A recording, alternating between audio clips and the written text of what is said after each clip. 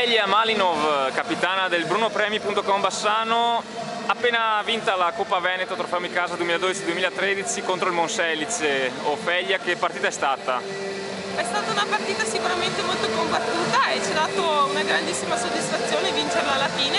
Siamo molto contente perché anche essendo state sotto di 10 punti siamo riusciti a recuperare e a vincerla. Un divario di 10 punti come si recupera?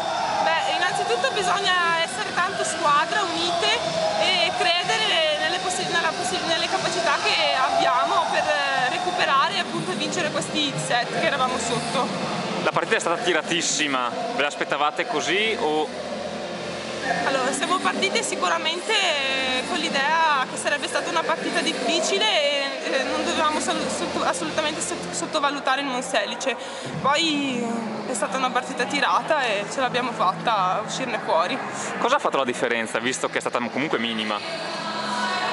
La differenza secondo me è stata la grinta che ci abbiamo messo e la differenza di età, secondo me, che siamo riusciti a resistere alla fatica e a sopraggiungere alla fine. Adesso mancano poche partite alla fine delle stagioni, come vi approcciate?